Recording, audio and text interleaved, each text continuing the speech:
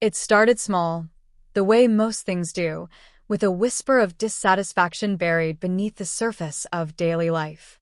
The habit had been there for years, so natural it was like breathing, a quiet ritual stitched into the fabric of every day.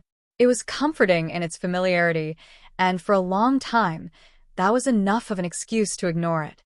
But the excuses began to pile up, and eventually, they weighed too heavily. Each time the habit was indulged, there was a faint aftertaste of regret, a voice that said, "This isn't who you want to be." The voice grew louder with time, until it was no longer possible to ignore it. The turning point was never dramatic. It wasn't a crisis or a breakdown, but a moment as ordinary as a sunrise. Standing in front of the mirror one morning, there was a flicker of recognition, a sense of looking at someone caught in a loop. The same patterns, the same choices, the same weariness.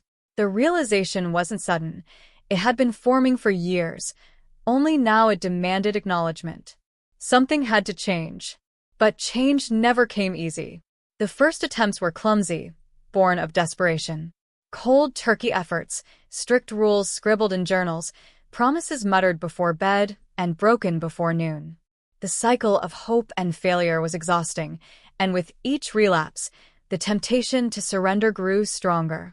The habit whispered like an old friend, coaxing, consoling, reminding that resistance was pointless.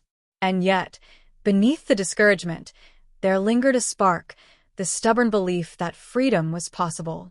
It was then that the so-called classic cheat revealed itself. Not a cheat in the sense of dishonesty, but in the sense of tricking the mind, bending the rules of willpower to one's favor. Instead of fighting the habit directly, the strategy was to outmaneuver it. The first trick was replacement, substituting the destructive ritual with something small, harmless, and oddly satisfying. Whenever the urge came, the new action stepped in, like a decoy to distract the craving. At first it felt artificial, even silly, but over time the mind began to accept it, and the old routine started to lose its hold. The second cheat was reframing. Instead of viewing the struggle as deprivation, it became a game of strategy, a puzzle to solve rather than a punishment to endure. Each day without the habit was not a loss, but a victory, a point scored in a contest against the past self. This shift in perspective lightened the weight of the challenge, and the battle no longer felt like an endless war. It became play, and in play there is resilience. And the final cheat was patience, though it didn't look like patience at first. The tendency had always been to demand immediate transformation, to believe that true change should be instant and flawless. But the cheat was in lowering the stakes, accepting progress in fragments. One day of success was enough. A stumble did not erase the steps already taken. The journey became less about perfection and more about persistence, and slowly, the balance began to shift. The weeks stretched into months. The habit didn't vanish overnight, but its grip loosened, its voice faded. Where it once ruled, there was now space.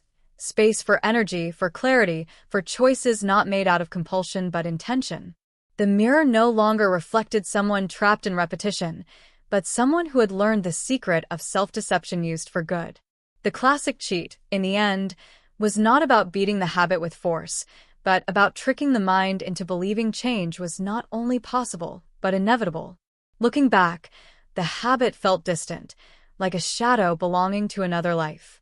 It had once been a constant companion, but now it was nothing more than a reminder, a symbol of battles fought and lessons learned. Growth had come not in a dramatic surge, but in steady, clever steps, each one a small triumph.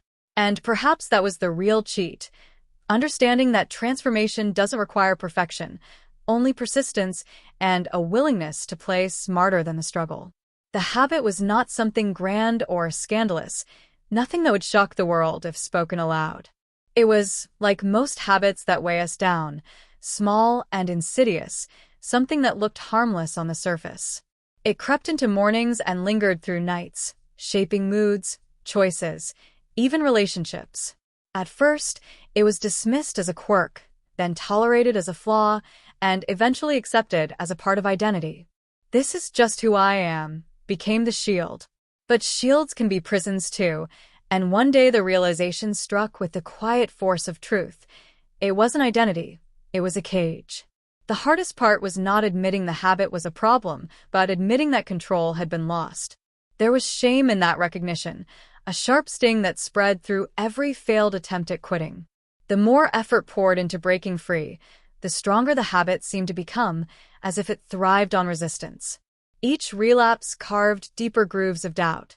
"You can't do this," whispered the voice inside, smug and certain. It was a cruel voice because it sounded so much like the truth. But desperation has its own wisdom. When the straight path of discipline failed, the crooked path of trickery appeared. The so-called classic cheat was not about brute force, but about cunning, outsmarting the mind's stubbornness. The first trick was tiny, almost laughable: change the environment. The objects that triggered the habit were removed, the spaces where it thrived were rearranged, the routine that fed it disrupted. The mind resisted at first, reaching for what was no longer there, but the absence began to teach it a new rhythm. Then came the second trick: ritual. Not the ritual of the old habit, but a new one, planted deliberately. At the hour when the urge usually struck, a replacement ritual waited. It wasn't perfect, and it didn't feel powerful, but it was enough to create a pause, a crucial pause that gave choice a chance. In those pauses, willpower had room to breathe, and slowly, the new ritual grew roots. The cheat worked because it bypassed pride. Pride wanted instant victory, a clean and permanent break. The cheat whispered, "No, just this moment. Win only this moment." And so the struggle shrank from an impossible mountain to a single step, and then another, and then another. There were still stumbles, but the stumbles no longer spelled defeat. They were just interruptions, not endings. With time, something unexpected happened. The habit, once so loud and demanding, began to feel smaller, weaker, almost fragile. Its power had always been illusion, fed by the belief that it was unshakable. Once that belief cracked, the illusion dissolved. The habit was not a master, only a parasite, and the mind was no longer willing to host it. Freedom did not announce itself with fanfare. It came quietly, in mornings that felt lighter, in choices made without hesitation, in moments of pride that didn't need words. Looking back, the old self felt like a stranger, someone bound by chains that no longer existed. The cheat had worked, not because it was dishonest, but because it used the mind's own tricks against itself. The lesson was clear. Discipline alone may fail, but strategy, patience, and cleverness can carry a person where brute willpower cannot. To overcome a bad habit is not to conquer it once and for all, but to outwit it every day until it loses the will to fight. That is the classic cheat, and it works, not because it avoids the battle, but because it teaches how to fight smarter, not harder. I never set out to call it a bad habit. For years, it was simply a part of me, something I clung to without questioning. It gave comfort when the world felt heavy, it filled silence when loneliness crept in, and it offered distraction when I was too afraid to face the truth of my own thoughts. It became my companion, my routine, my hidden ritual. At first, I didn't even notice how much control it had.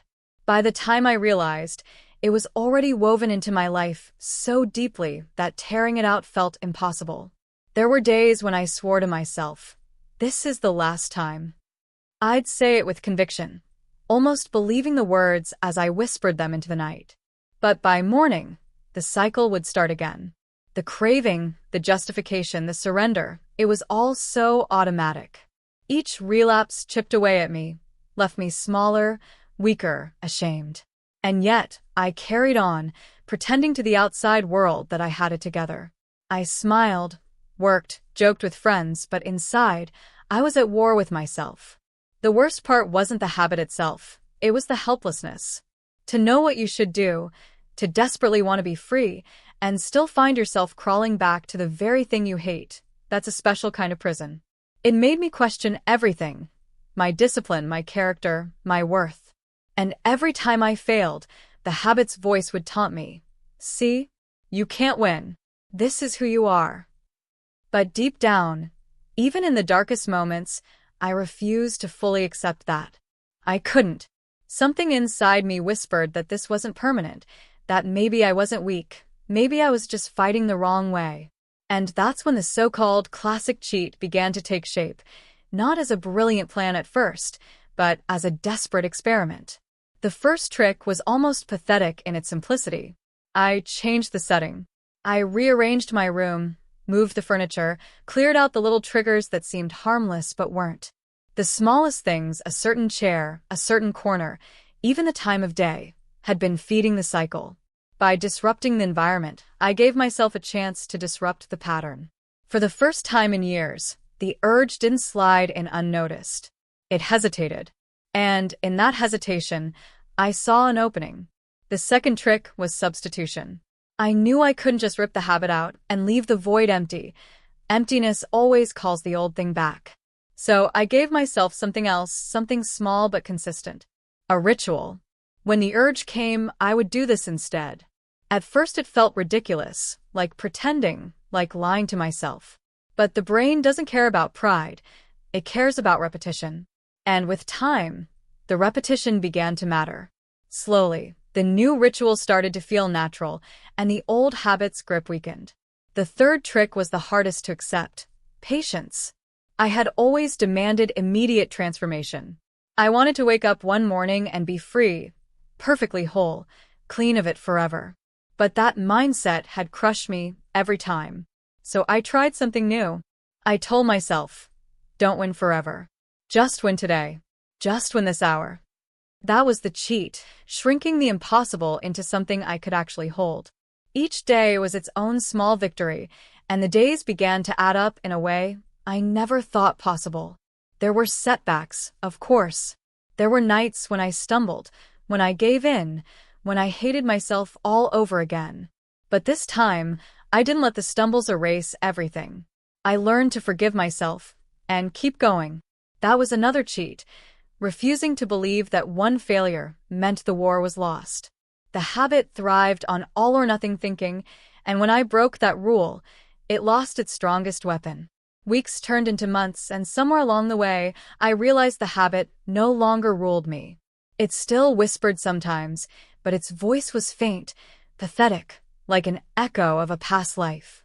In its place, I found something else: space. Space to think, to breathe, to make choices without compulsion. It was like meeting myself again for the first time in years. Now, when I look back, I don't see someone weak for struggling so long. I see someone stubborn enough to keep trying, clever enough to cheat the problem when brute strength failed. The truth is, change doesn't come from fighting harder, but from fighting smarter. That's the classic cheat, tricking the mind into setting itself free. And in the end, that's what saved me.